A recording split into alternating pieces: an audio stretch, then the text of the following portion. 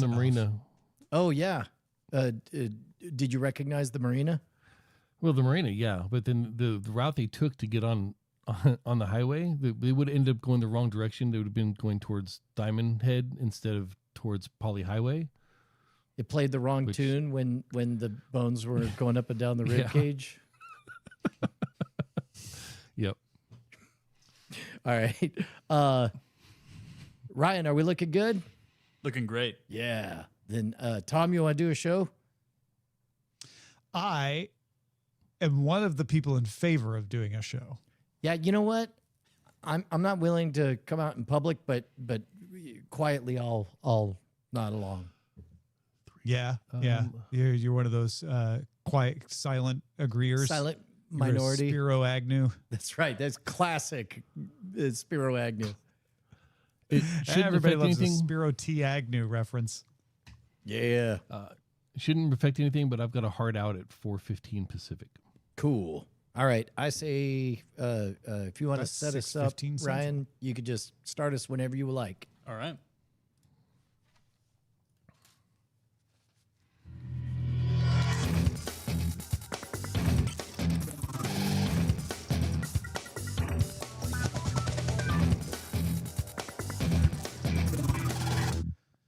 Welcome to Cordkillers. The world of entertainment is turned upside down, and we are diligently trying to find out how to watch what we want, where we want, whenever we want in this post-apocalyptic, cord-bereft world in which we live. I'm Tom Merritt. Brian, I ask you one question as I do every week. Where is the good stuff? Tom, as we enter week 596 of The Reckoning, we can confirm that the cords have been killed. The cords, originally born in the early 70s as part of a deregulation in the United States of America, are survived by streaming and a balkanization of the once great broadcast powers that came before. Live in Austin, Texas, I'm Brian Brushwood. We can just constantly be signing off and tossing to each other. Thank you, Brian. And we'll be back with you for more in a moment. That moment is the supply run. Supply run, supply run, supply run.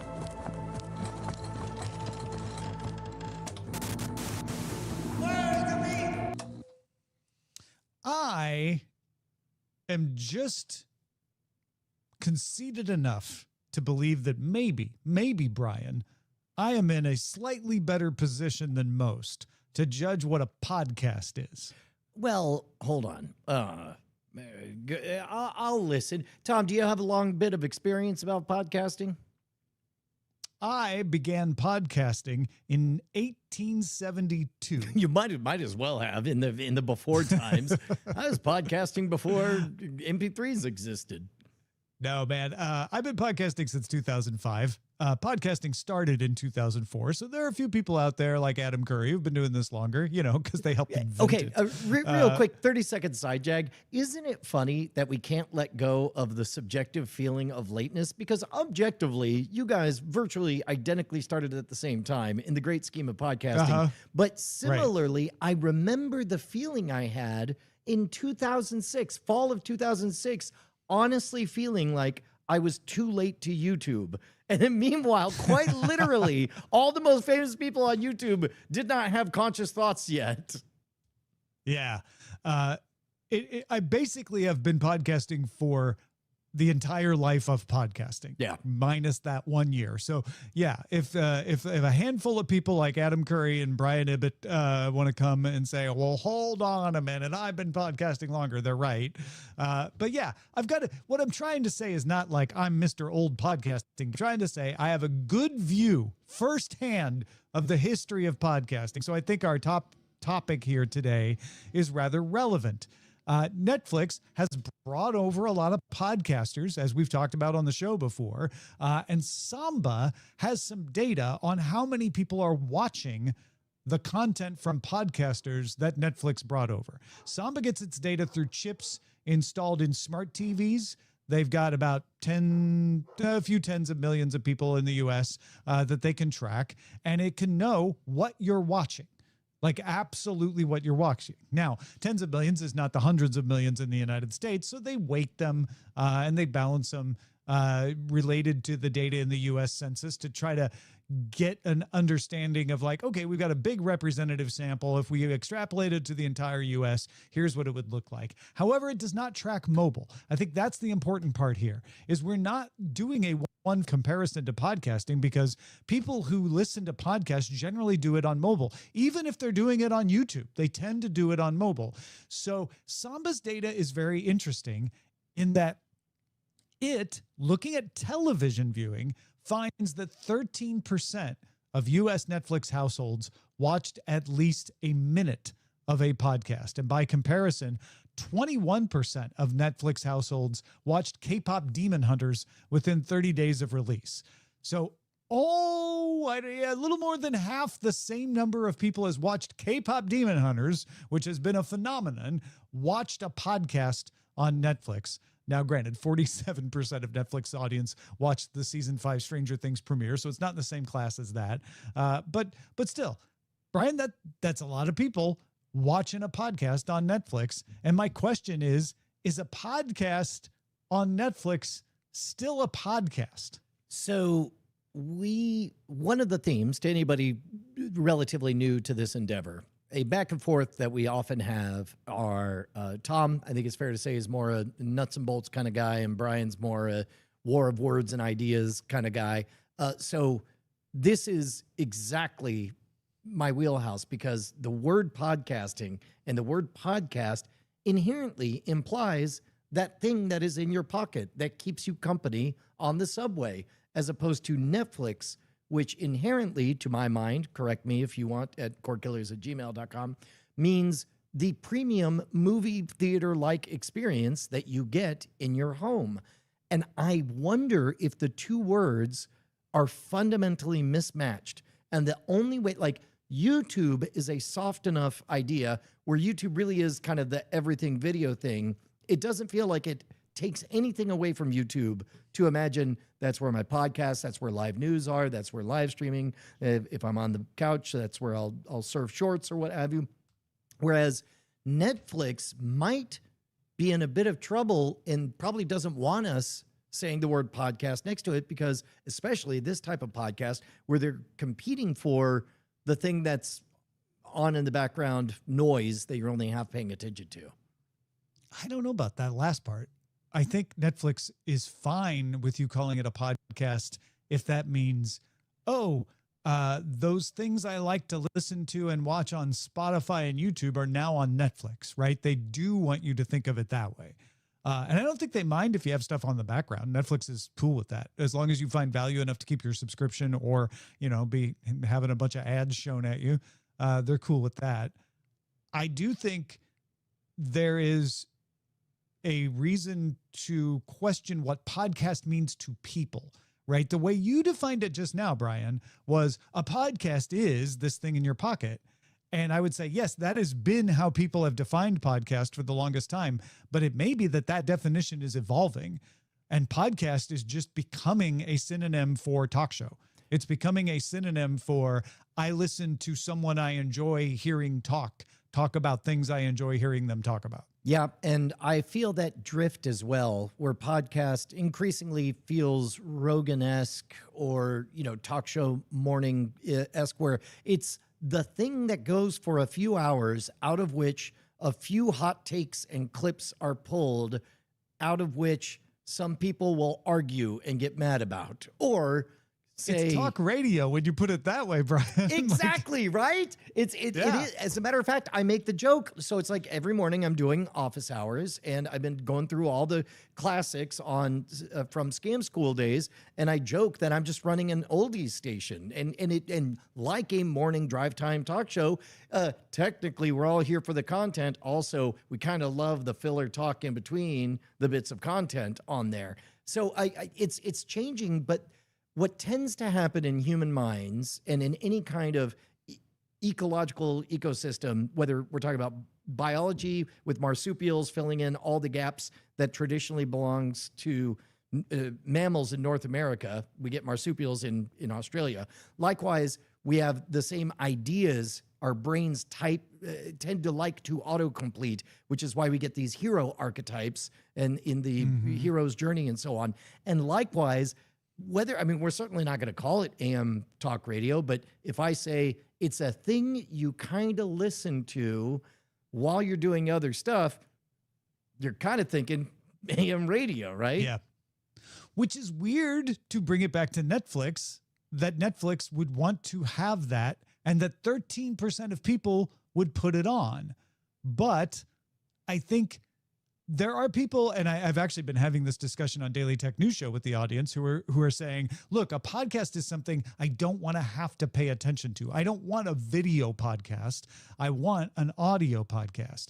However, I think there are a lot of people, and I've discovered this as well, who say, I don't want to watch Daily Tech News Show every minute it's on, but I like having the video so I can look over and see you every once in a while. And they don't want me to constantly be saying, hey, look at the video. That's the only way you're going to get the point I'm making. But they do like the idea that there is video they can look at to see the talk radio. It's kind of a new thing that only has existed for the past 20 years, which is I want talk radio, but I want to see Howard Stern do it. I want to see Rush Limbaugh do it. I want to watch it, but I don't want it to be a TV show. And I feel like maybe Netflix is catching a little bit of that magic to say, like, yeah, we don't care if it's a podcast. We don't care if people, if the actual podcast suffers because they're on Netflix. What we care about is that people watch it on Netflix, whatever you call it. If we have to call it something else, we'll call it something else. Netflix doesn't care about podcasting. They care about using the word that makes people go, oh, that kind of content that I like is available on Netflix. Yeah, this is where we get into, I think of that Rick and Morty moment where he said he got Easter claused, and then somebody said, that's not a word. And then the counterpunch was, did you know what I meant when I said it? Then it's a word. That's where I feel like is happening to podcasts. And yeah, separately, Netflix has from the beginning, at the outset, tried to be as premium as HBO. They flat out said, we want to be the HBO of streaming.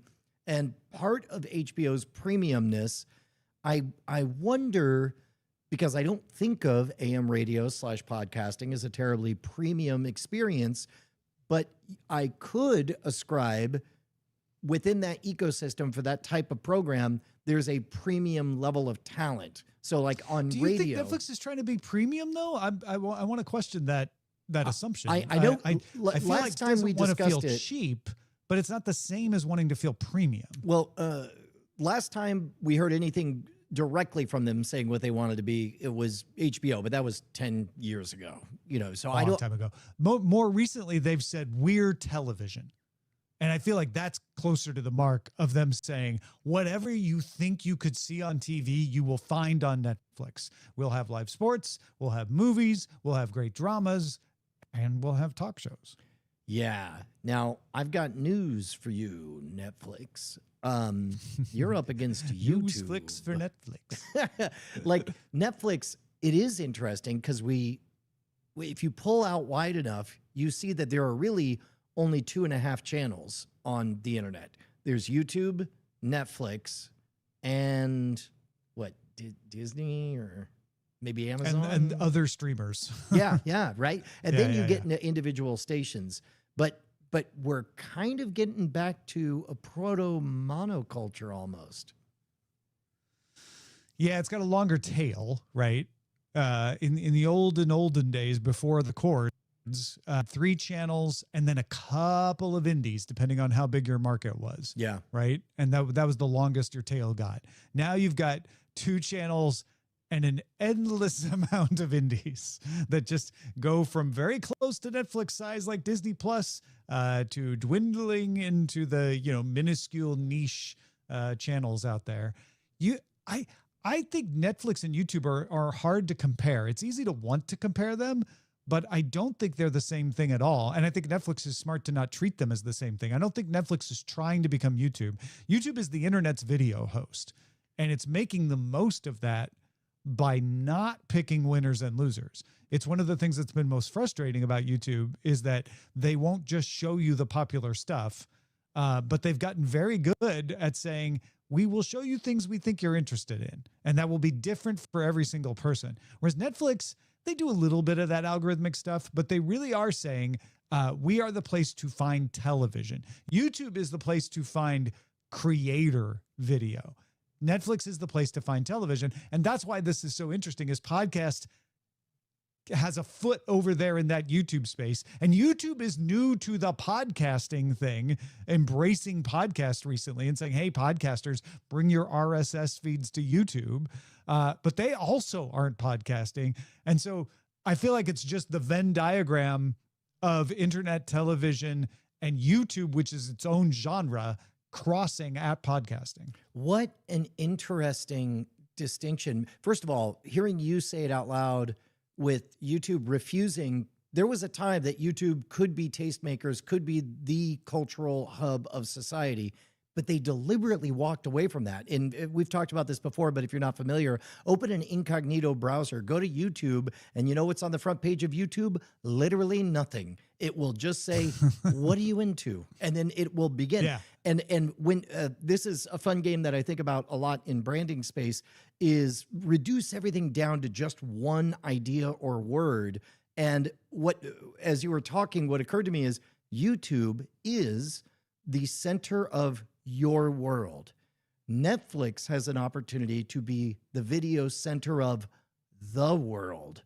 And those are two equally powerful but totally distinct identities. Ambassador Domo in the Mukau in the chat says Netflix is TV Guide, YouTube is the locals, which I could totally see, where it's like, maybe a tornado in Poughkeepsie doesn't interest you at all, but a tornado in Dripping Springs would be of great interest to me. Yeah. Well, and that's an upgrade. YouTube used to be compared to cable access, right? Which it still also is that. Mm-hmm. But I think it's upgraded to local, and even like big metro local, like high production value local. I was thinking about it this way just now too. YouTube and Netflix are the same on the front end, but they are different on the creator end. YouTube certainly fosters creators and reaches out to them and helps them out. But in the end, YouTube is open to anyone. You want to create, start a YouTube channel. You know, the more successful you get, the more YouTube will help you. But they're picking you based on your success, not on what kind of content you want to make. Netflix, on the other hand, picks its creators.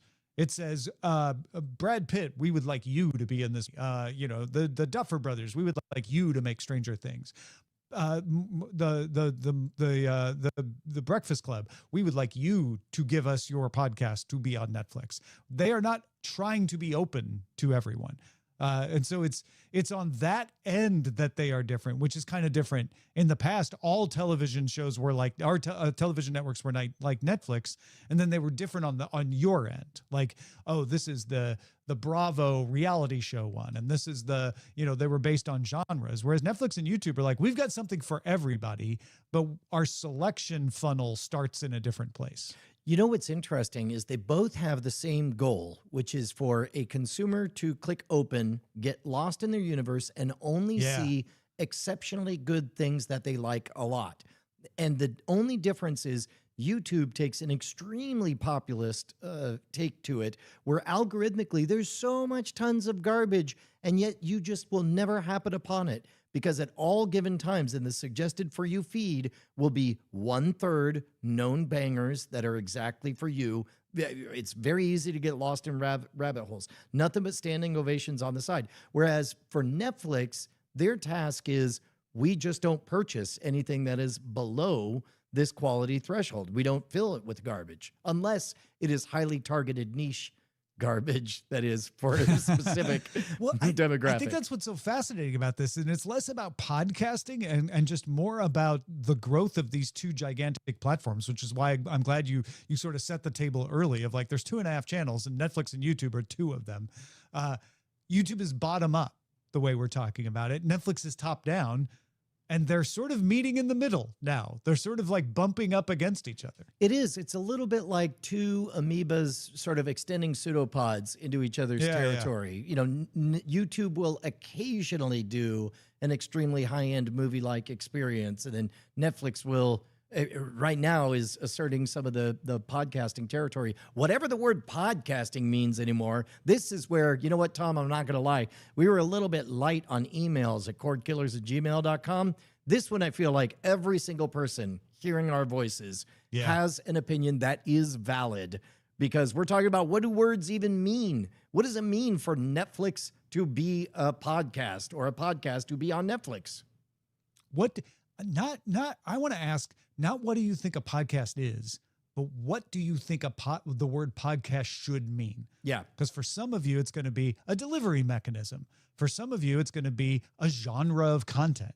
And I bet there's other answers as well. So I'm curious to hear those as well. Here's a quick test to see if you're qualified to play the game. Picture which is the word podcast more compatible with. Is it easier to plug into the idea of Netflix, however it sits in your mind, or easier to plug into the idea of YouTube, however that sits in your mind? Write us, cordkillers@gmail.com. And then pay us at patreon.com/cordkillers. Yeah, dude, the bills due. Look, we're coming near an important cliff's edge. We are about to hit a gigantic reset button in a few months. And when we do, the people who are going to hear about it first are our patrons, the folks who have been there supporting us ever since we went loud, live, and independent. What, 2011? Is that how long? 2012? It's been a minute.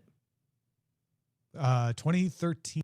December of 2013. Yeah. Anyway, those fine folks over at patreon.com/cordkillers, they've already been enjoying the RSS feed, where they get early access to the full experience, exclusive access to our bosses only after talk. But more importantly, they're in touch. Also, you guys who are already patrons, maybe take a peek and surprise yourself. This is called the Surprise Yourself Challenge.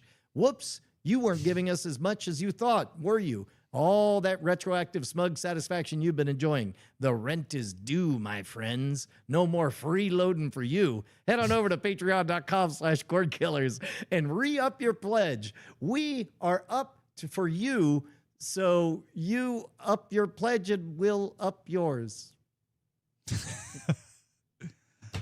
Couldn't have said it better myself. I regret everything. Let's move on to the search party.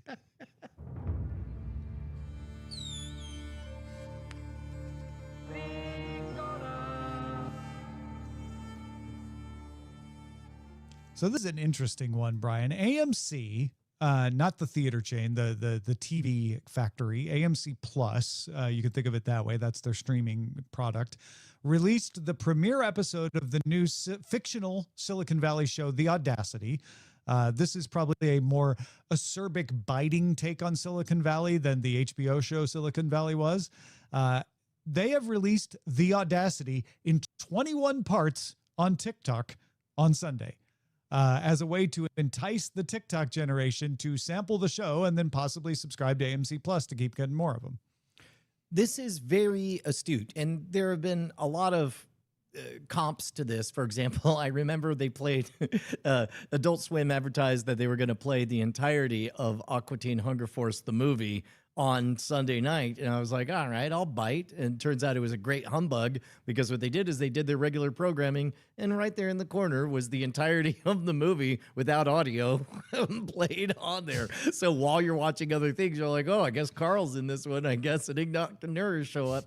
But so likewise, giving away something in a degraded experience often can it rarely tends to be a losing proposition. Is this degraded though? As I said that, or is it podcast? No, even as I said that, defining words again. You know what it made me think of is The Green Mile is a fine book and movie that began as a set of serialized books, right? And you don't buy them as serialized books anymore. But the fact that they did the serialized book version made people interested in it. You know, it made people go and check it out. Well, and I think that's the idea, is the algorithm on TikTok will serve you The Audacity, and you'll be like, oh, that was an interesting beginning. Let me see what the next one is, and then eventually you've watched the whole episode and realized, oh, I like this show. You know what? The Green Mile is a good comp because that was a store clerk checkout experience impulse buy. And those are not people who are considering taking on a Stephen King book, but instead you're reaching out to an audience that probably was never going to give your stuff a chance, but instead they're like, oh, just a little bite size, why not? And then of course they end up buying the next one and the next one. Yeah. Easy. Yeah. I mean, it was basically bringing back the serialized novels of the 1800s that were serialized into magazines before they were turned into books. That's how Charles Dickens novels all came out. So everything old is new again and vice versa. I do think what AMC is up to here is saying AMC Plus has a demographic problem. And we have a hard time reaching the younger demographic who will love this show. We're counting on them loving the takedown of tech companies, which is very popular with the Gen Z crowd. How do we reach Gen Z? And one of the answers is appeal on TikTok. TikTok has a large contingent of people in that age group using it. So let's just show them the episode. Well, how do we show them the episode in TikTok? Do we do a live stream? No, you just break it up into bits. And then they can watch it as much as they want. And in fact, if the algorithm serves them a piece from the middle, that will only serve to make them be interested in what came before it, if it hooks them. Yeah, you know what? This particular program, it's a bit like Succession in vibes, right? I guess we haven't seen it, but it's a little more tongue in cheek, I think, than that. But yeah, it is more on that side than on the very happy, like, oh, Silicon Valley, aren't they a bunch of lovable chums over there?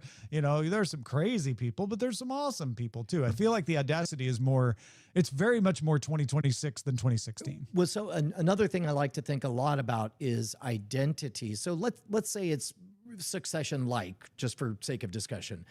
That would mean sitting down and getting a 23-year-old to ask, am I the type of person who sits down and turns on an HBO and tunes in for an hour-long, high society commentary on the ultra elites? No, I'm not. But what this does is it offers a bridge. You're on the couch, you're TikToking, and you're like, oh, that was kind of neat. And then the next one shows up. And you're like, oh, now you can play with the identity of like, am I somebody who really loves sticking it to Silicon Valley, who resents the fact that I'm smoking cigarettes on this? Now it's found another foothold through identity where it's like, well, do I keep watching? Yes, I do. And then you actually turn on the television. The question is whether that can work through the perception of, I know that's what they're doing to me. You know what I mean? I'm certain. Yes. If you're having a good enough time, very easy to justify things. Well, and that's the key. That's the part that is difficult because you are taking the episode that was made for the 30-hour long format and breaking it up. So it's not optimized to hook you and catch you and keep you the way an actual mini series on TikTok would be. So it may or may not work as well as it could have if they had done it that way. Yeah. Let's shift gears to an entirely nostalgic play. Netflix released the first teaser for its upcoming Little House on the Prairie revival. The new series will debut on Netflix on July 9th. Brian, I sent this to my sister because we used to watch Little House on the Prairie, the first version, when it was new back in the 70s. My sister loved it. She had all the books. She sort of idolized Laura Ingalls Wilde, who wrote them. And she said, brought a tear to her eye. She loved it. I'm curious if you have any experience with the Little House on the Prairie franchise, and if so, what this trailer does or does not mean to you. I only saw an episode or two. Most of my Michael Landon related memories have to do with Highway to Heaven. But I have the same generally fond feelings about it that everyone does, and enough that it was really a treat to see just unironic Little House on the Prairie. There was no spin, there was no but what if, there was no but it's gritty or upside down or with zombies no, it's just that thing. Space aliens. Yeah. I also kind of felt what I thought, and I'm certain there's other programs that fill this gap, but I thought, ooh, strong Lonesome Dove feelings. I'm here for it. Sure. I just that it looked like the first television series. Same period appropriate costumes, log cabin, sweeping prairie shots. And to me, that's not a criticism. That's saying, okay, so they also are being true to the source material. They want it to look authentic. They want it to feel authentic, but these are different actors in the roles. And yes, the one that stood out the most was, Pa is not Michael Landon, nor does he look like Michael Landon. They're not trying to recast Michael Landon. The rest of the cast, maybe a little closer to what the cast in the 70s and 80s looked like, but they're not lookalikes or anything like that. So I got this strong impression of like, I'm watching a play of people doing Little House on the Prairie. They're obviously not the original cast, but they're also doing it. And gosh darn it looks like they're doing a good job at it. If this is your thing, you're going to like it. This is something that we don't talk about too often on all of the reboots and reimagining, is that there's a particular time when it's the best. Oftentimes when a fandom's affection for a thing is currently very present tense, people are very threatened by the idea of a reboot or reimagining or a live action, what have you. Whereas Little House on the Prairie is nice and in the rear view mirror. Like, I don't feel like anyone's going to be worried about it degrading their experience or their affection for that property. Well, and that's why I sent this trailer to my sister. I mean, partly I just knew she'd be interested, but I wanted to know what her reaction would be as someone who adored the original source material. And she loved it. She's in. She's excited to relive those stories again. And I think it's because it's so true to the time period. We'll see how true it is to the source material when they actually do it. But clearly from the trailer, they're not trying to, gussy things up or make it look particularly different for no particular reason. It looks like what a family in a log cabin on the prairie in the 1800s would look like. Right? To be honest, the more I understand about just how tattered and ragged most of human existence was, the more I understand the importance of, like, when you're a colonist on the moon, there's a fantasy of civilization that is so important that you put on your Sunday best, because by God, we are not animals. And like, I love feeling the scarcity of that and feeling characters, and you see a little bit of it in Lonesome Dove, where it's just like, for one moment, can we pretend that everything's okay? Yeah. Well, that again is coming on July 9th. We talked about Banana Ball before, Brian, which is, the sort of independent baseball that tries to keep it more interesting to people who don't like original flavor baseball. Banana Ball has signed a deal to stream its games from the Banana Ball Championship League. The first stream, April 26th, Savannah Bananas versus the Party Animals from Yankee Stadium on the Roku Sports Channel. And in fact, they are going to do the Banana Bowl, the first time ever, the inaugural Banana Bowl scheduled for October 10th. So thank you, Roku Sports Channel, for giving the Savannah Bananas and Banana Ball in general a streaming home. We don't know what the full schedule is going to be. I think they're still streaming some things on YouTube themselves, going back to that division that we were talking about earlier. But yeah, the Roku Sports Channel is going to have streams of the Banana Ball Championship League. I think this is an extremely good brand fit, because it almost, I would rather not see it anywhere else, because Roku, being kind of a distant 7th, 8th streamer out there, is in an upstart position, which is part of the reason I loved seeing the Weird Al Yankovic biopic on there. Is this has similar vibes. It's always punching up, as is Banana Ball itself. I think it's good. Now, I do have questions. I ain't never seen a full game of Banana Ball. I do know two things. I know that when I go see one, there'll be a bunch of things that I'll be seeing for the first time, and every time after that, I'm like, oh, Oh, they do it every time. Okay.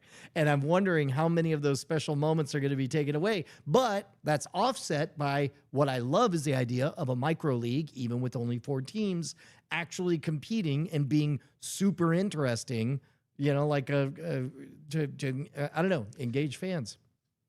I imagine they are stealing a playbook. In fact, I kind of know that they're stealing a playbook from wrestling, where you just got to make sure that the storyline is interesting each time. Because yes, you're kind of going back to the same wells, generally speaking, of what you can do. But as long as you've got an ongoing storyline and an interesting storyline, those repeat visitors will enjoy themselves and the new folks won't be lost. So I think they're probably trying to walk that same tightrope. Yeah. Fubo has added more sports highlights to its mobile app. You can start watching a game right from the carousel image in the app as well. So those are 2 different things. The trend towards giving you small vertical videos that you can consume to try to get the young people in is what Fubo is doing. But also, I think this one works for everybody. You get to the carousel on the app and it shows you the game in progress. And then you can tap right into it like, the Mets are playing. Let me pop right in there and watch it on my Fubo mobile app.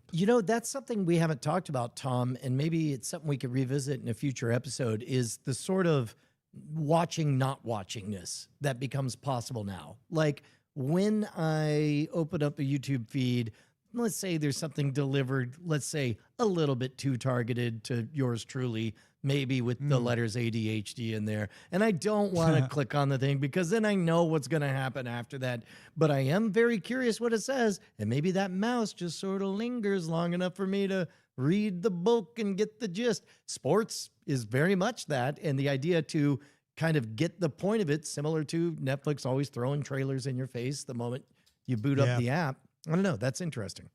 And it's a little bit of the old channel surfing feel where you would like flip the channels and be like, what's on? Oh, the Mets are playing. Yeah, maybe I'll watch that. Let me see what else is on. You can flip through the carousel and see what else is on. Yeah. Netflix has greenlit a 3rd installment in the action series Extraction to be called Extraction 3, with Sam Hargrave returning to direct, David Weil on board to write the screenplay, Chris Hemsworth and Idris Elba returning as well, which is what most of you were wondering. Yeah. Did you watch any of these? Couldn't tell you a thing about them. I know that I watched them. I'm not sure about Extraction 2, which I think is also saying something, but I definitely watched the first one. Yeah. Did you? No. FX has renewed Welcome to Wrexham for 3 more seasons. Welcome to Wrexham is following Ryan Reynolds and I didn't write it down and now I'm blanking on his name. Isn't it Rob Mack. Ryan Reynolds and Rob Mack bought. Oh, I just did name Rob Mack. Sorry. And they have been bringing it up through the leagues. There's more than just the Premier League. Everybody in the U.S. knows vaguely about the Premier League, but teams can get elevated and relegated depending on how they do in a season. And they've been elevating Wrexham over the seasons. And so I think giving them 3 more seasons says, let's see where they go. Let's see if they make it to the Premier League. Season 5 premieres on Thursday, May. Well, and it's funny because the attention and publicity has a halo effect. Like, strangely, that FX I would be really interested to track polymarket behavior, because it could be that FX, by approving it, has shaped that sport because everyone has a reason to want to follow an underdog winning. Yeah. They are playing, I guess the season has begun in the EFL Championship League, which is the league below the Premier League. They got promoted from League One last season. So giving them 3 seasons, I think, is a vote of confidence to say, you may not make it to the Premier League this season, but we're guessing you're going to get there or get real close and it'll be compelling to view within the next couple of seasons. We're giving you an Act 1, Act 2, Act 3. Act 1, we just need you to survive in the ring with Apollo Creed. Act 2, I'm going to need you to really get pummeled up. And then Act 3, I want you to be the master of both domains. Yeah. And then finally, have you heard of His and Hers on Netflix? No. It's a series. His and Hers is now one of Netflix's top 10 most popular TV series of all time. It's a mystery thriller. It's got John Bernthal, aka The Punisher, and Tessa Thompson. They are in this mystery thriller that has bumped The Night Agent season 1 out of the top 10 just on word of mouth. This is not one that they've been pushing a lot of promotion behind. 98.2 million views since its release on January 8th. Yeah, how interesting that Netflix's whole business model doesn't require them to do much pushing on anything, unless it's like internally. They do a lot of pushing for things, but they don't have to push every single thing. And it's really interesting to see what this becomes successful without Netflix putting as much juice behind it as they do, say, for a Wednesday or The Summer I Turned Pretty or some of those other that you do see them promoting. Well, and isn't it interesting? Because really, whether or not to spend money to advertise a thing basically boils down to, are enough people on the cusp of wanting to buy Netflix for that to make a significant difference? Whereas, like, if you're in the ecosystem, something can organically become very beloved like this. All right, let's move on to The Buried Treasure. Most people want to know why they suddenly got rich. Buried treasure.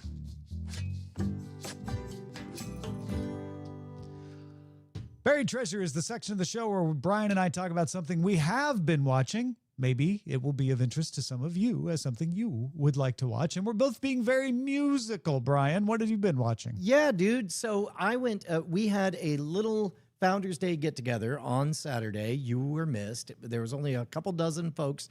We had the Skull tournament, and then it turns out that Jomo and the Possum Posse were playing at a was it Ghost Note Brewery just south of Dripping Springs. It was lovely. It was a good time. But most interesting to me was that when I was buying albums afterward, they had a 1 of 50 of a live performance. And to hear Jomo describe it, it's a venue called, let me get this right, Purple Bee Studios, right? So the venue, they record straight to vinyl. And so you play the concert, and then they're like, and go. And you get exactly the duration of one LP, one side. And they're like, and stop. We're going to take 15. You're going to start the other side. And go. And then I thought that alone was really cool, so I bought the LP. But then I was telling the story about it the next day on the live stream, and I was like, yeah, let me show you some Jomo and the Possum Posse. And what they have, if you look up Jomo and the Possum Posse, you'll see they have all of the videos of that, because part of this astonishing turnkey business is not only does it go straight to making limited edition LPs, but they had dolly tracking shots. They had this awesome drone shot at the beginning. The production looked incredible. You can tell that I'm sure it's a great time to be in the audience. I'm sure it's a great time to be the musician, and the showcase is extraordinary. I want to go out and visit this place, and it was all because of the ease of watching live musical entertainment. But you wouldn't know anything about that, would you, Tom? Yeah, no, that is fantastic. I love the merging of so many different formats with an LP and YouTube and live music to say, like, yeah, guess what? You don't have to pick one. This is not a war. We're like, will live music defeat YouTube and vinyl? It's like, how about just we have them all and you can just enjoy them in all the various ways. I love that. I went from watching the Artemis 2 splashdown directly into watching Devo, and it was all on YouTube. So that was pretty fun to be like watching the NASA channel on YouTube, seeing the splashdown, making sure they got onto the aircraft carrier safely and waved to everybody, and then like, okay, that's great, I'm gonna go. And I was like chatting with a bunch of my friends on Messenger, and it was like, I'm gonna go watch Coachella now. I'm jumping from one part of the world to another just via YouTube. Devo was playing at the time, which was perfect, coming out of the Artemis 2 splashdown. For some reason, it seemed like it fit.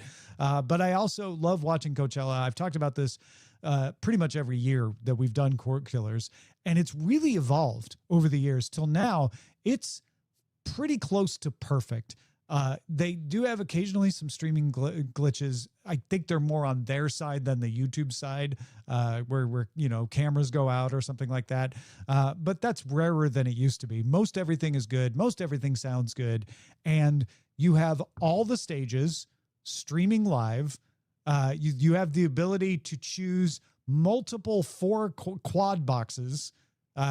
You can't build them yourself, but they basically have every nation of quad box. If you're like, I want to watch these 4 stages right now. And if you're watching a quad box and you're seeing something, you're like, oh, that's really interesting. I don't know who that artist is. You can highlight it so you can change what audio is playing. And if you're really into it, click in and get it full screen so that you're just watching that particular stage. It's definitely something that improves my musical knowledge because I will watch the things I know, like, oh, I know who Sabrina Carpenter is. I know who Suicidal Tendencies are. I know Big Bang. But then I'll see some other people like, who is that? And then I'll start listening. And if I like them, I'll look them up and say, oh, that's really interesting. I didn't know that particular group existed and they've been around for a while. So I have to say, as they call it, Coachella, watching the streaming version of Coachella on YouTube has become one of my favorite things to do, and they do it really well. That's great, man. Thanks. I didn't do it, but thank you. Well, ladies and gentlemen, that was the sound of Brian acknowledging that to take this off-ramp would be a 15-minute detour. So the GPS said to keep going. No, it's pretty interesting to see how this has gone from like 2 channels on Xbox, I think, was the first time I watched it, if I'm not mistaken. And you had to like. Have you ever been to the actual event? No, I've never been. I actually would like to go now that I've seen it so many times streaming. If you'd asked me 10 years ago, I would have been like, no way, I don't want to go to that. But getting to know it, I kind of have a better idea how to navigate it. But I do think the superior version is to sit on your couch and be able to flip around from stage to stage without having to walk. Old man vibes incoming. I remember my brain broke when I realized that being at E3 was not as good as staying home and watching E3 coverage. He realized while he was on the floor at E3. If you got something we should be on the lookout for, send it to us, as we've mentioned, cordkillers@gmail.com. Well, folks, I've done it. Finally, we've all been talking about it, Tom. We didn't want to make a big deal. We didn't want to pressure you. Your rules, your time. You're on a journey. We're all on a journey, but tell us about it. How was it? I got political. Oh, on the internet. What? In public? Where everyone could see it? In my newsletter. Yeah. Hot takes. Hot takes incoming. Are you about to infect this show? Is this show about to become political? I declared that Generation X is the greatest generation ever. And I have the receipts. Oh, God, yes. 100%. Yes. Oh, obviously, right? Oh, my God. Yes. I want to anger so many fans, both up and down on the age demographic. Yes, you are correct, though. And I laid it all out at Free Tom Newsletter on last Friday. If you want to find out why you're wrong, if you don't disagree, if you don't agree with me, the Generation X, and by the way, we're tied with the silent generation. The so-called greatest generation and the boomers, they haven't done what we've done. You can find all of this at freetomnewsletter.com. Can you give me just a hint by what metric we won? The moon. Oh, yeah. Okay. All right. Let's move on to Scan the Horizon. Send a scanning to avoid. Scanning the horizon! In a wave of recent job postings at YouTube focused on living room experiences across product design and engineering, spanning live streaming, shorts on TV, and subscription features, it looks like YouTube is deciding to get a little more serious about the television interface, which again kind of points into what we were talking about in the Netflix YouTube Venn diagram starting to overlap more. Looks like you are going to expect more attention being given to engaging you on the television screen by YouTube. Yeah, I would imagine this is going to sound wild in the moment, but I don't see any way it doesn't become commonplace, is basically a camera is watching in the living room and it knows who's in the room. So it knows what would be of interest to both a dad and his daughter versus just the dad or just the dad and his mom or the mom or what have you. When you are in such a dominant position like YouTube is, you get to play the big futurist game where it's not clear if you are the oracle deciding or predicting the future of television or the agent choosing the future of television. Here's some of the things they mentioned in the job listing, Brian. I want to bounce these off of you. Okay. Chatting. So not adding, there's obviously chatting, but let's make chatting work better, right? Gifting, multi-device controls for live viewing, making shorts more interactive and community-driven on the television, shared live experiences, connecting creators and audiences in real time, connected TV and streaming device partners to expand distribution. You know what? Of everything that you mentioned, the prompt that set my mind on fire as fast as possible was you mentioned shorts. And on TV, that's an inherently landscape experience. It's not like a phone where it's easy to flip from one to another. So if you're locked into a landscape experience, what might a shorts enhanced thing look like? And what popped to mind is, well, content also to the left and right.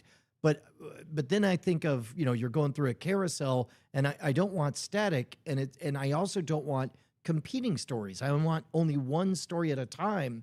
Whereas then I thought about YouTube's current focus on digital avatars for the shorts space. And here's an idea. I'm going to plant my flag in it. If it turned out to be right, every so often the broken futurist gets it right.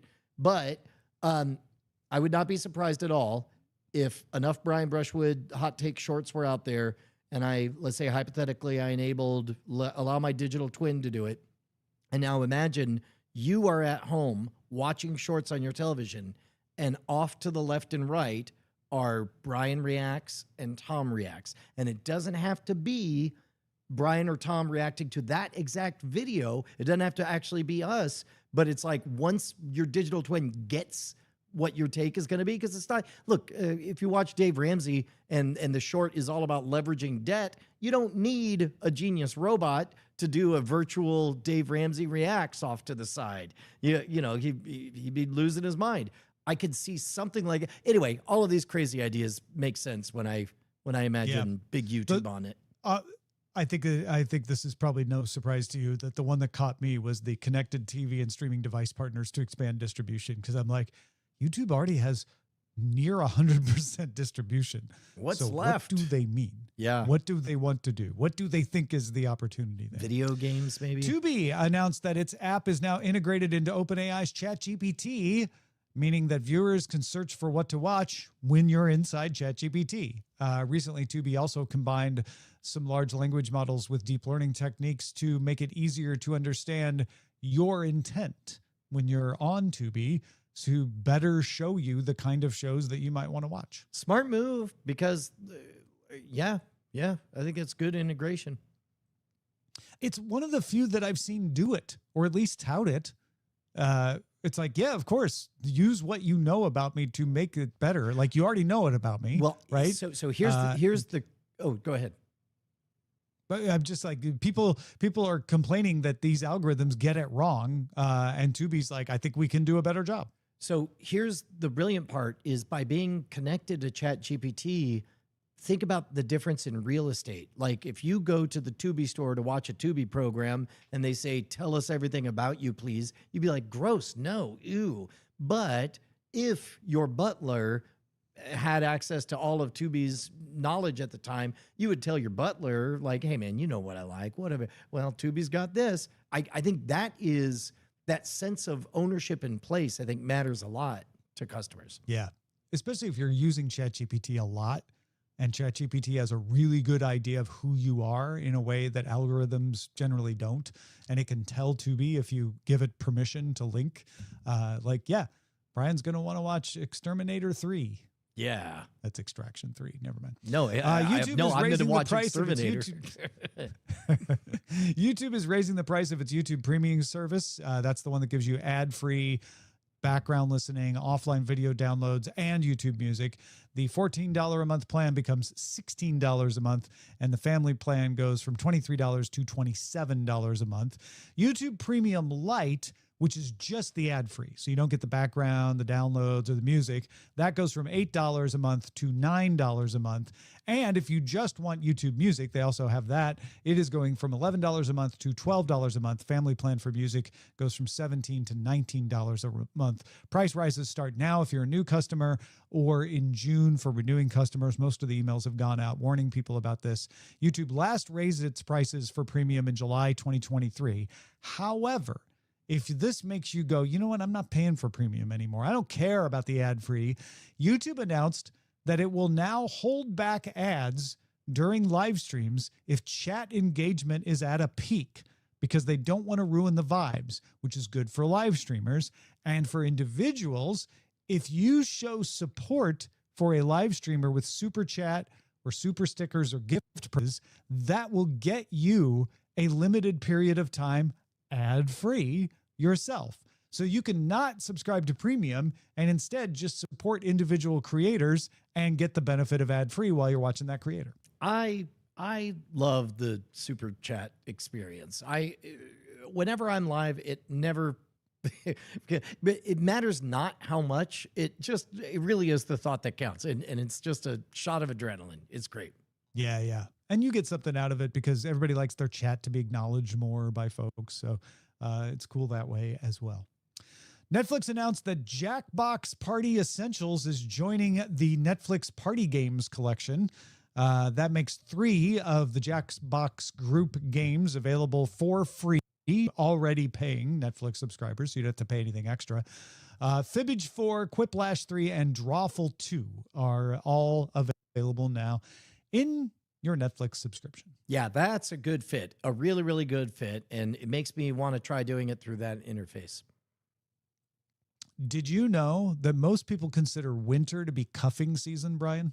That kind of language, Tom, it concerns me, mainly because I don't know what it means. It's just when you get together with someone to make it through the cold winter months. Well, apparently streaming considers April to be bundling season because Comcast has unveiled a major expansion of a streaming bundle operated by Xfinity, adding the Hulu Disney Plus combo and HBO Max to Comcast. The new services join the existing Peacock, Netflix, and Apple TV bundling options. You can choose from a combination of 3, 4, or all 5 of the apps. There are 8 different packages ranging in price from $18 to $35 a month. And so you could save as much as 45% compared to what they would cost if you were to buy them individually outside of Comcast. Meanwhile, Peacock and Apple TV have teamed up to offer their own bundle direct to anybody. You get the ad-free version of Peacock. Usually the bundles only give you the ad support and you have to pay a little extra. This is the ad-free version of Peacock and Apple TV for $20 a month, which saves you about $9 on what you would pay for them individually. And on top of that, that is a bundle that Amazon supports. You can add that bundle to Amazon Prime Video. Ooh. Yes, I agree. Bundling season, bundling month. It is a real thing. More bundles, more problems figuring out which bundles are the best. And finally, a group of directors, writers, and others have signed an open letter objecting to Paramount's acquisition of Warner Brothers on the grounds that reduces competition. That might be enough to slow it down a tiny bit. Probably wouldn't do much to stop it. However, the UK is going to conduct a competition investigation into the deal, and that actually may or may not throw a wrench in the works. And don't forget, Paramount guaranteed Warner Brothers Discovery that it would pay them extra per quarter that this gets delayed. So they're very much hoping they can convince the UK that there is no reason to object, but they probably didn't want them to do a competition investigation at all. And it looks like that's going to happen. No, I'm glad. Isn't it funny? I think about the Paul Anka angle, and I guess a knock-on benefit is if Netflix didn't, let's for sake of argument, pretend to be interested, we not only did that drive up the price, it also very much kept the conversation out of anti-competitive waters. Now that there's only two and one's buying the other, all of a sudden that's a real question. It makes me look, my corporate conspiracy theory senses are tingling. I'm just going to say, wouldn't it be interesting, maybe even entertaining for some of us, if the UK and maybe somebody else joins in and starts to object to this merger to the point that Paramount couldn't afford to continue it and it broke up, and Netflix came along in 2027 and said, hey, you know what? The deal's still on. We'd be happy to open up that talking again. My diet does not primarily consist of Schadenfreude, but I have a cultured enough palate that I wouldn't mind a little aperitif in that direction. It's probably not going to happen. I'm not saying it's a prediction, but wouldn't it be entertaining? It would be fun. All right, let's hold on for the chatter. You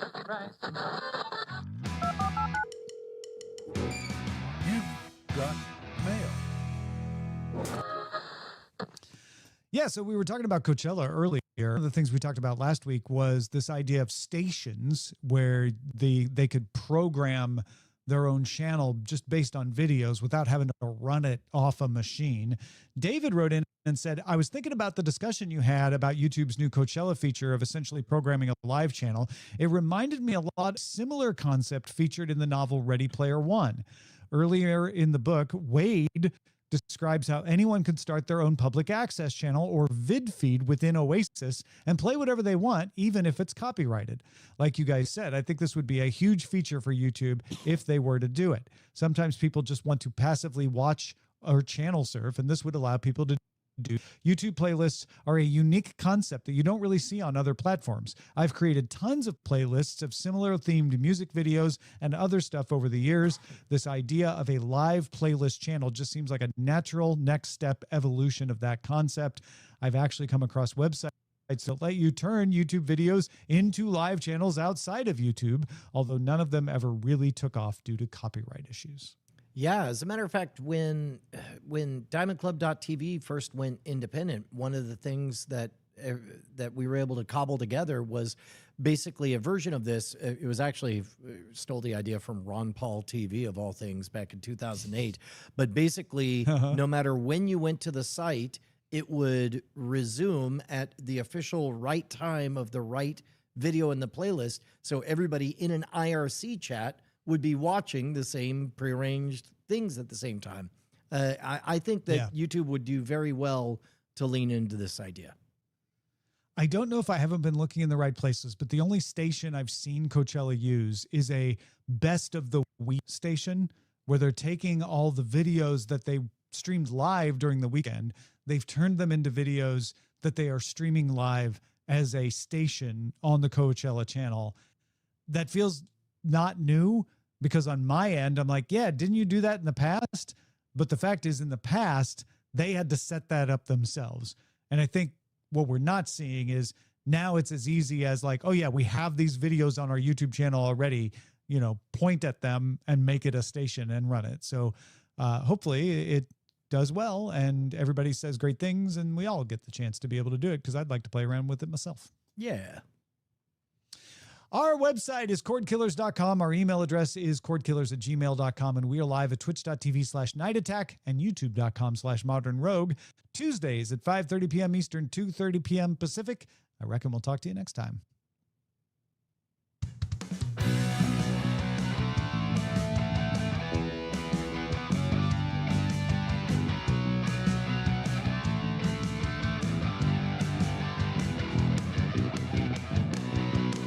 Diamond Club hopes you have enjoyed this program.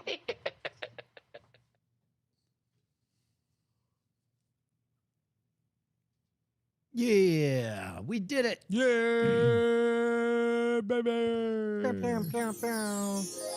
Aw, hooray. All right, here. I'm going to I'm going to get a coffee. I'll be right back. Get a coffee. That's a euphemism for Brian going and filling his mug with coffee and then drinking it. Somebody give Amos audio because he can't hear anything. I would assume that's why he's tapping his headphones.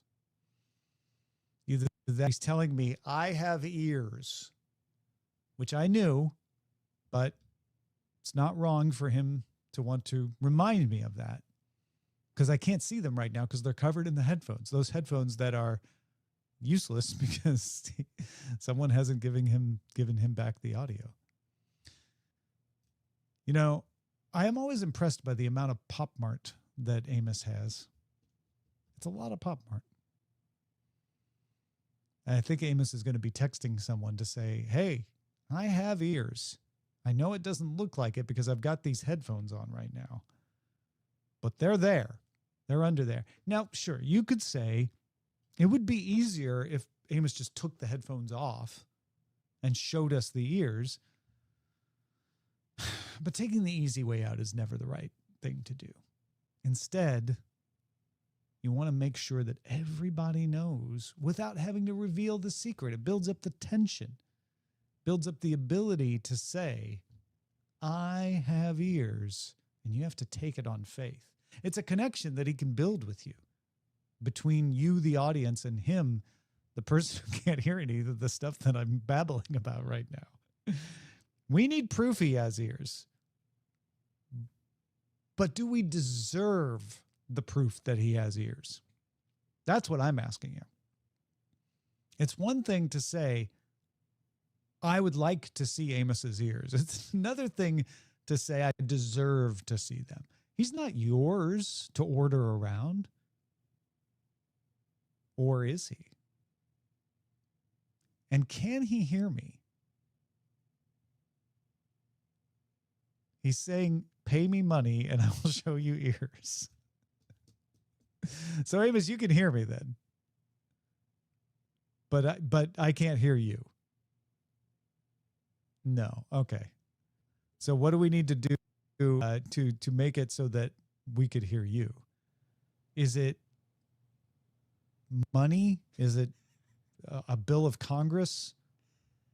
Amos, you want to try calling in again? Yeah, try calling in again. That's what Ryan suggested. No, don't call in again. You refuse. I think you should at least flash your ears just a little bit for people. You know, if for no other reason than the chat room demands it. Zoe claims she's seen your ears before. She believes they're still there. She believes in that theory of ear permanence that we've heard so many people put out there. But I just wonder if there's any scientific evidence of that. I don't know if you're able to hear me. It's the same address as before. Nothing's different.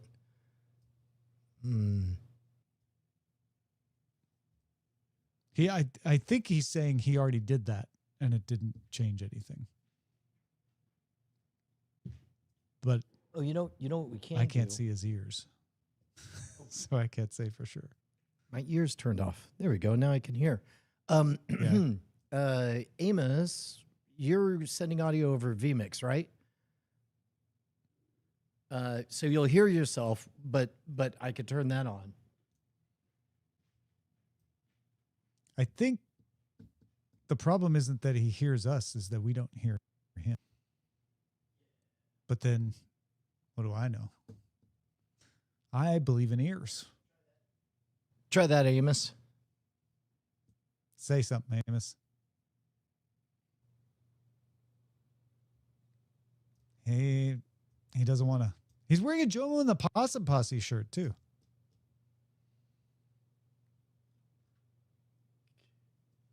On brand. 22. Is it that thing where they need to redo your connection or something? Or yeah. Well, I'm seeing some input from Amos. But it's just. Let me see here. Amos. He's asking us to feed him. No, he's pointing at his mouth. Keep talking, Amos. I want to see if I'm getting signal from you.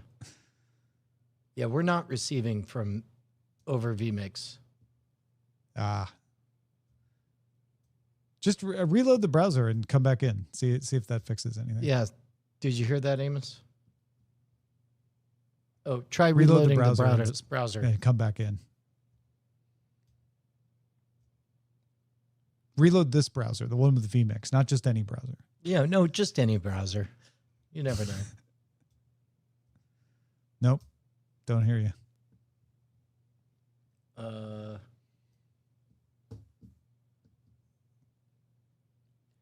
And the mix podcast hit 13%. and the mixer, you can't log into it. It Nope. says no connection. No joy.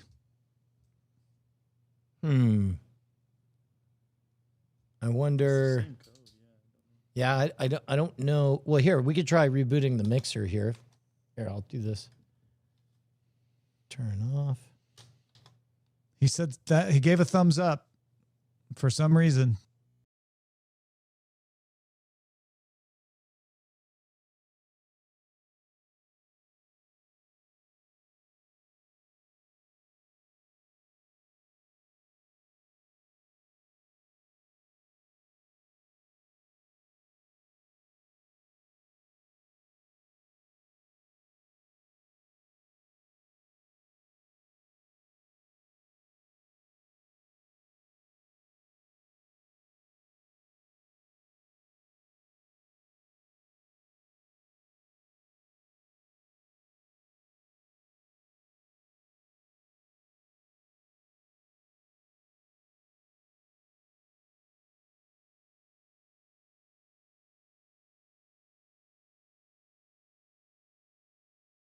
Set these because we rebooted. Reset this one. There we go. Tom, are you able to hear this? Yes, I am able to hear that. Aha. Uh-huh. All right. And so, here we go. Amos is calling in. Aha. He's calling in. I had to do a reboot. We did too. But Yeah. Well, when you Everybody said you were doing yours. reboot. oh yes. I'm the only one who didn't reboot. And Tom, so you know, this means disconnecting power. This is Yeah. connecting power. Oh my gosh. I never saw either one of those. I tried to do this, and you were like, I think he wants us to feed him. Oh, because all I saw was you do this, point at your mouth. I don't know if it was lag in the video, but I never saw you do that. Yeah. I would have assumed you were giving me a traditional, medieval Chinese greeting. So I'm glad to now understand what that actually does mean. But I never actually even saw you do that. Yep. All right. Well, now we're here. Yeah, we are. We started from the bottom. All the way. Dum dum dum. Let's experience something in full. Yeah. I got about 15 minutes. Okay. Well, All right, cool. let's rock. Ryan, at your leisure, you can start us off.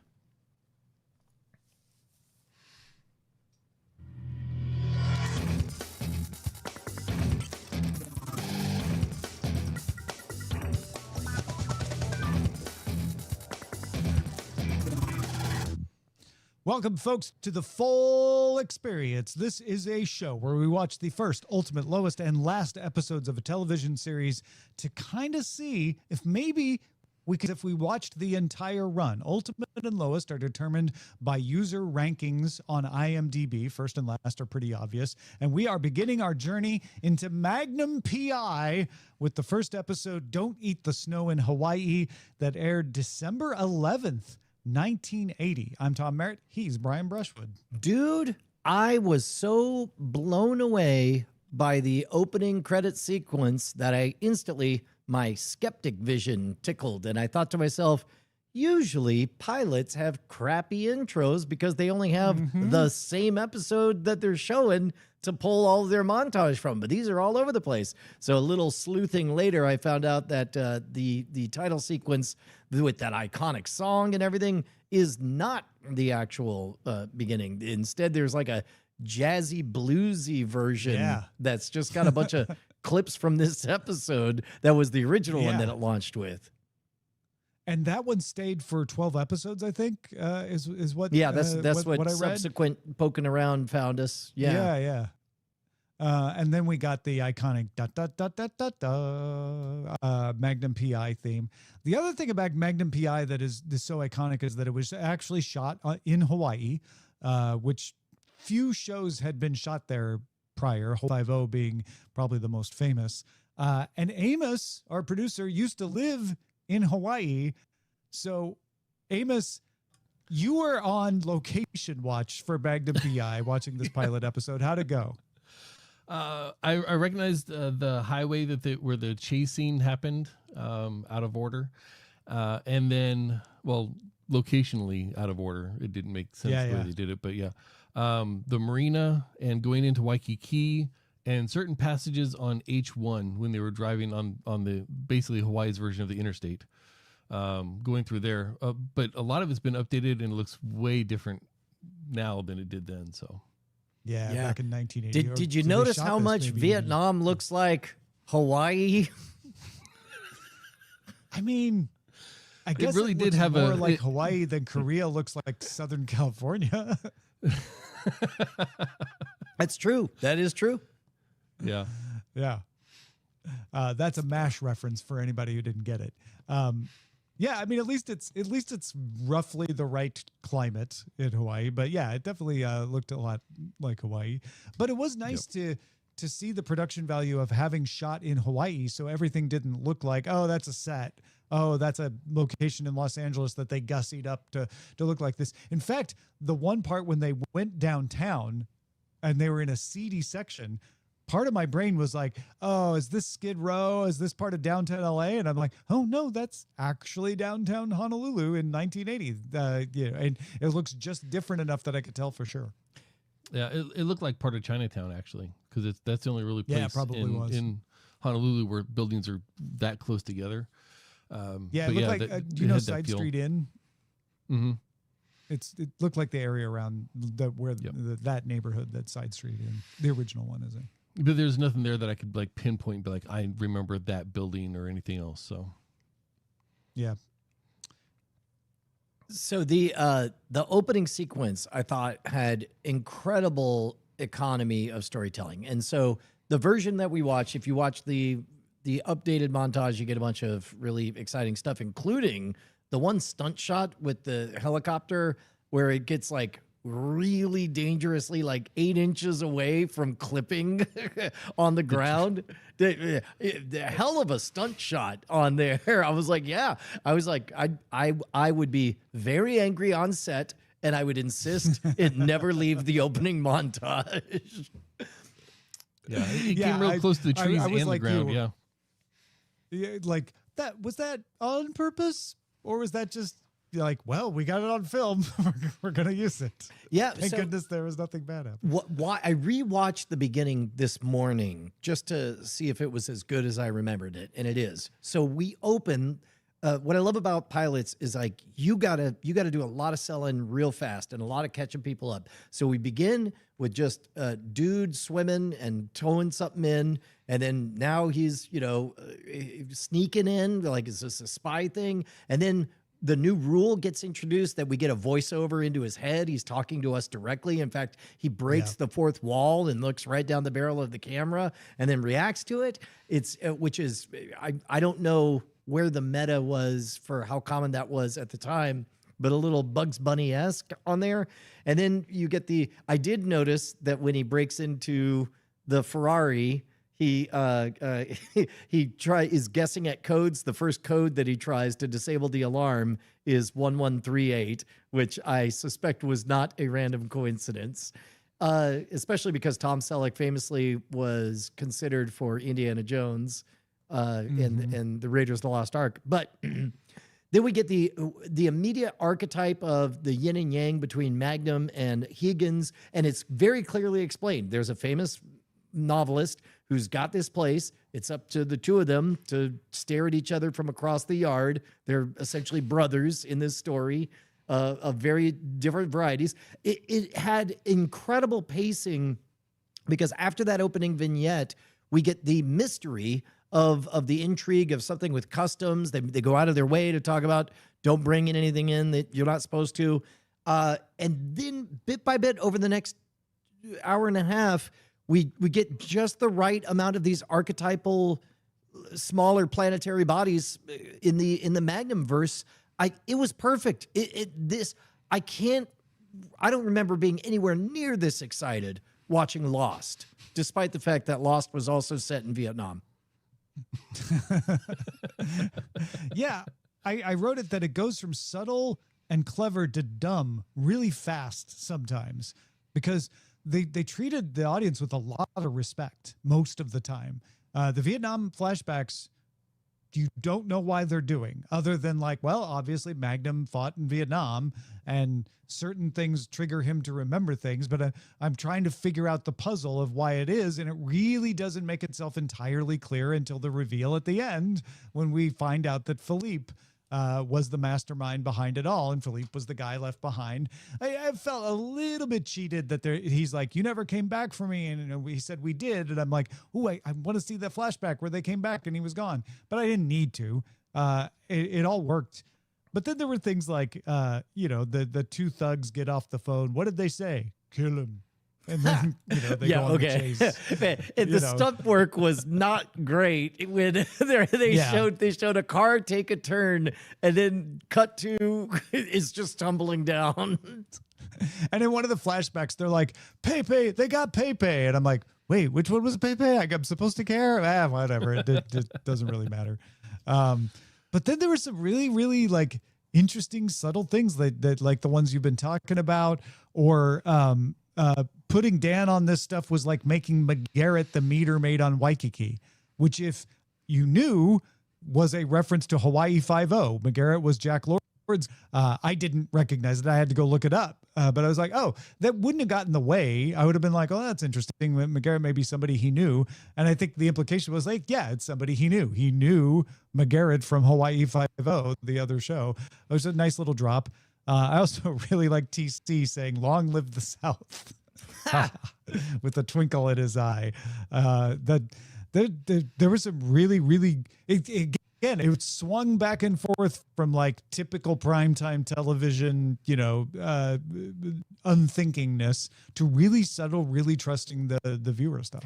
So, okay, we encountered this when we watched Miami Vice. And one of my favorite things about watching these shows the way that we are is that they were all shot on film, which has a certain level of photographic quality to it.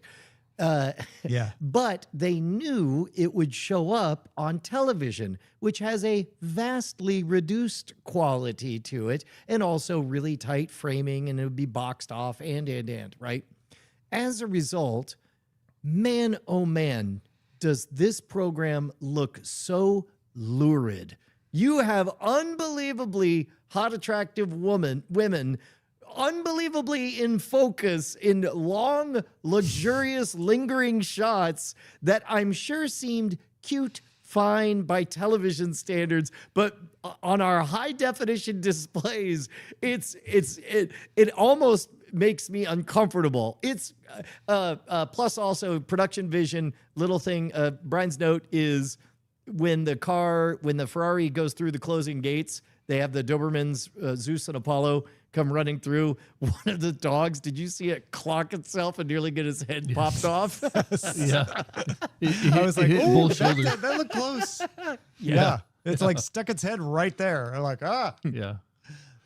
Even when Magnum PI's when he's getting in the Ferrari in the first place, when he goes to close the door, those dogs are really close when he finally gets it closed. Like that was practical effects. Those dogs weren't like off in the distance. They were using some focus effects. They were pretty close. So there's some genuine risk there. My viewing experience, I bought the season because we're going to cover 3 episodes total, and it just made economic sense to buy the season.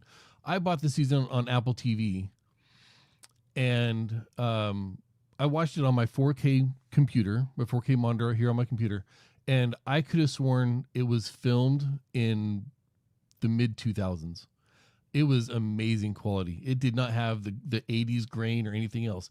It was so clear, so good. Very, very pleasant experience watching it for being as old as it is. Yeah, and as a matter of fact, the film quality is so good that it sort of shows the edges of production where you can tell that this is definitely a soundstage because for example, the nightclub was a little bit thin in what they were able to bring in production value. Yeah. Rick's Disco and American Cafe Casablanca reference. Yeah. Oh, is that really what it is? That's great. Yeah. Oh, yeah. It's Rick's, and he's clearly like, the underworld figure, and he's dressed in the white tux, and like, yeah, they loved a Casablanca reference in the 80s, even in 1980. It was kind of cheesy, but I like it. I'm a big Casablanca fan. It's my favorite movie. Something I'm always looking out for. I didn't notice any glaring uniform issues with all the military stuff going on. Okay. There were some procedural stuff like the names on the curbs. I don't know that that's ever been a thing, but it made sense for the story. Sure. So I forgave that. It wasn't just a blatant mistake, but I didn't really notice any major mistakes on uniform wear or design for this episode, other than wearing hats indoors a little bit too much. But that might have been a thing back then. I don't know. Yeah. I mean, I think that is another testament to overall, this was a pilot. This was a first episode, and it's really strong and stands as a decent episode of television on its own. I'm not doing a lot of like, it's the first episode. They had to do a lot of introducing. They're still trying to find their voice. It was pretty strong out of the gate. Can I confess that I'm certain, Tom, that you were not fooled at all by who the big bad guy was, but everything else was so interesting that I was fully misdirected.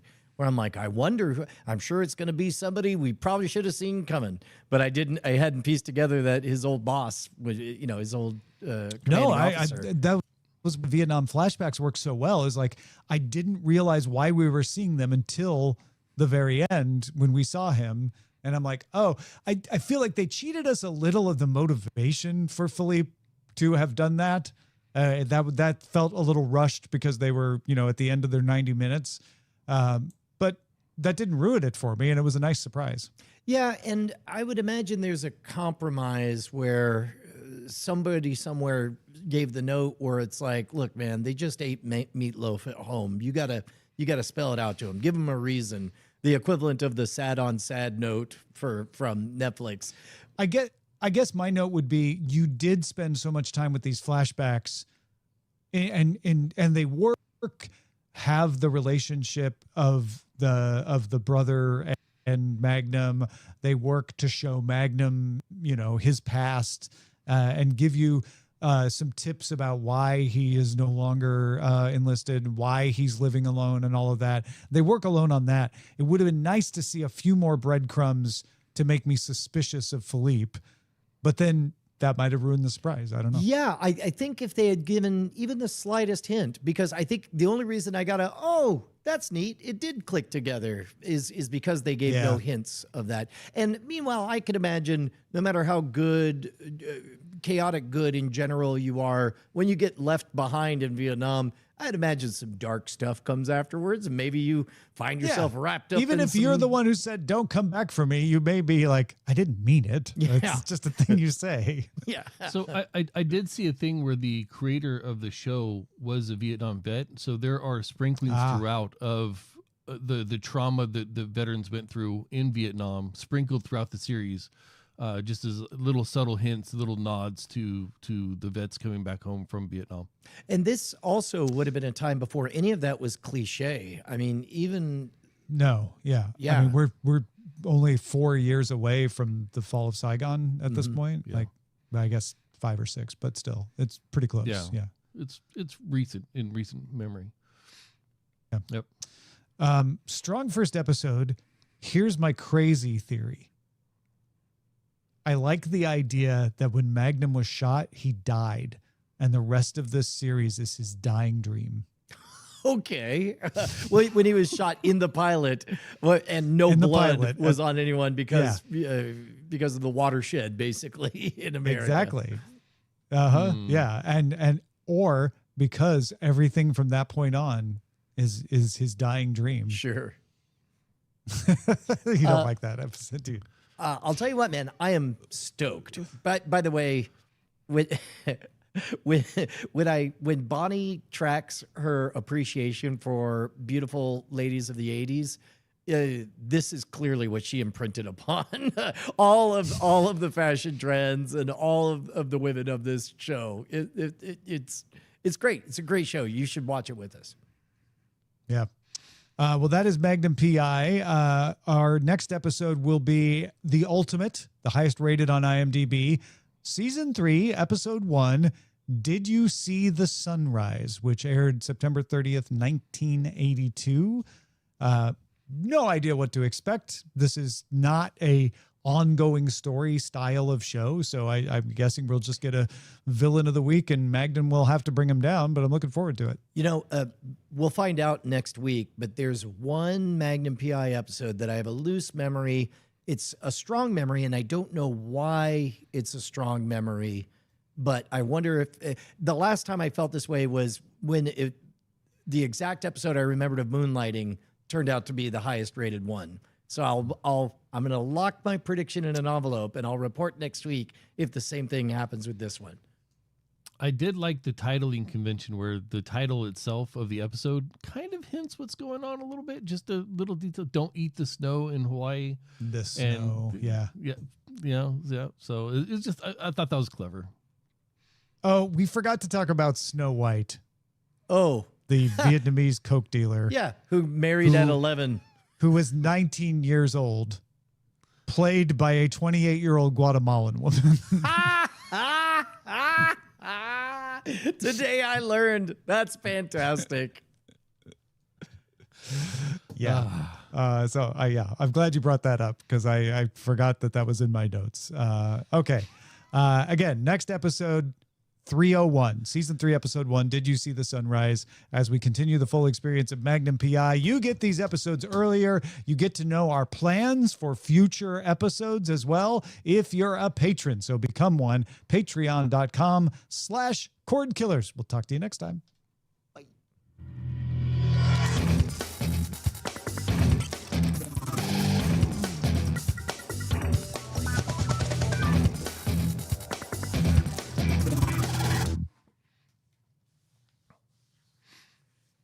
Yeah. All right, Germs, I got to go. All right, bye. All right, So long thanks, to the Amos. live stream people. Bye, live people. Hopefully this Bye, live stream people. Hopefully this is the last time because the practices move.